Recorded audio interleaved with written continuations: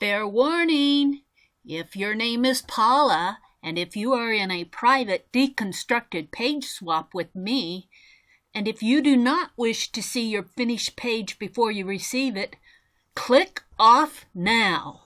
I just cannot resist putting up this video so that everyone else can see how I deconstructed and then reconstructed your art journal page. Hi there. A few weeks ago, I joined a private swap with a gal on Crazy Island Family, the Facebook group, and we're doing a 9x12 deconstructed art journal page. Now, I showed a video, and I'll put a link to it, of the page that I made and sent to her, and this is the page that she made and sent to me. So my job, my mission, should I choose to accept it, is to deconstruct this art journal page and send it back to her, and, well, deconstruct and reconstruct, redo the page. She uses a lot of greens and oranges and yellows in here. And look at this. Look at this. I don't know if you can see all the shine. I took the labels, the address labels, off of her envelope.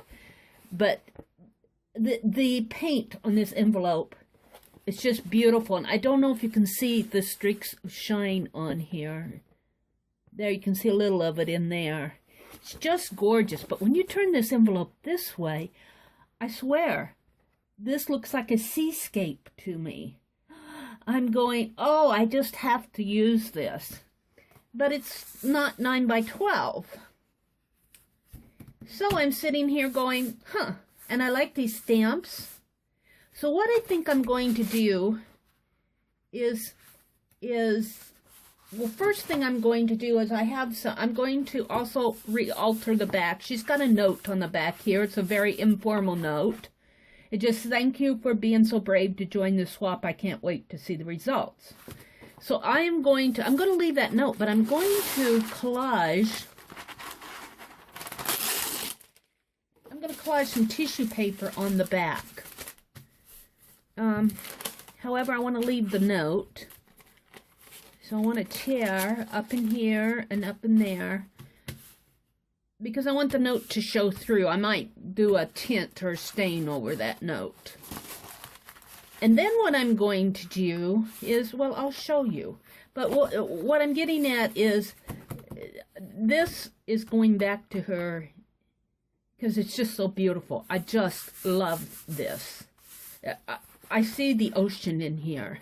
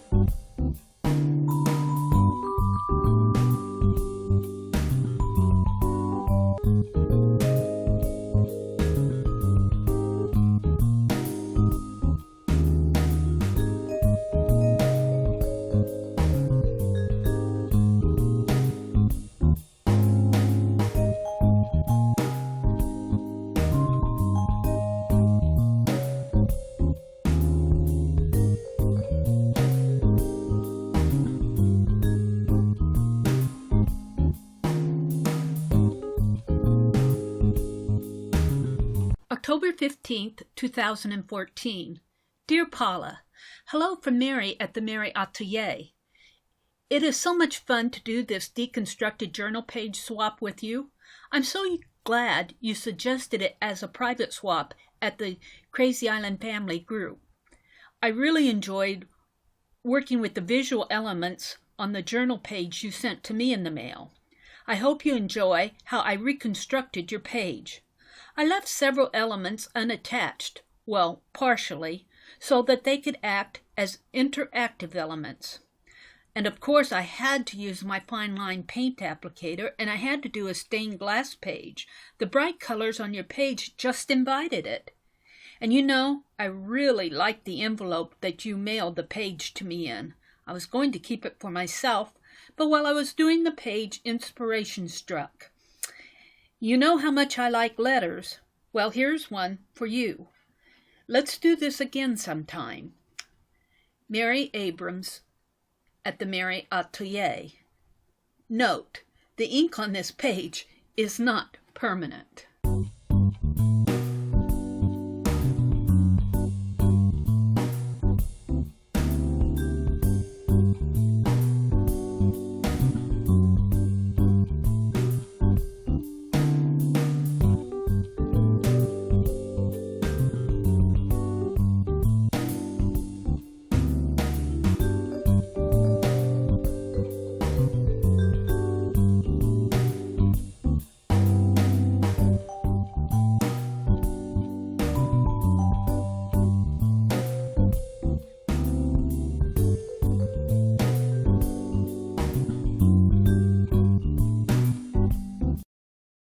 Okay, I finished the deconstructed art journal page. This is kind of like a show and tell. I showed you what it looked like at the start, and I showed you my process. This is the front of the page. I used the envelope that she mailed the page to me. This is the back of the page, and I'll explain all this as I get to it. But the envelope, here's the postage stamps. I removed the address labels, and I deconstructed her page, removed her butterflies, and added some of my own, removed her bubbles, and made an interactive element out of it, repositioned some of them. I also put some epoxy stickers on there, bubble stickers. These are old ones that I've had around forever, but I like how they replicate and mimic the bubbles that she drew on the page. She either used an oil pastel or a gelato or some sort of a waxy crayon to draw these bubbles and to outline in black. I tried to save some of her outlines, but I went wild with my fine line applicator and did a stained glass application. The quote says, "The hours when the mind is absorbed by beauty are the only hours we live." And that's by Richard Jeffries. I used my epoxy glue to glue a paper clip onto the page, and that holds the interactive element down so that it isn't always flipping around. I used a calendar, 2015 vintage calendar that I got at the Dollar Tree, where I got all my images of butterflies. I fussy cut them out, and here's a dragonfly. She had her name on there right here, and then I also put my name right here. So this is a collaborative page. I used Tim Holtz tissue paper down here and also on the back side of it. You lift it up, and the quote I shortened from a quote that I saw on the internet, and it's kind of hard to read, but I do like it. I like the dimensionality of it that I achieved with my fine liner. But it says, "Dare to dream, dare to fly, dare to touch the sky." That's how the quote reads. So I had a lot of fun using her envelope that she painted so nice, really kind of fell into the background here.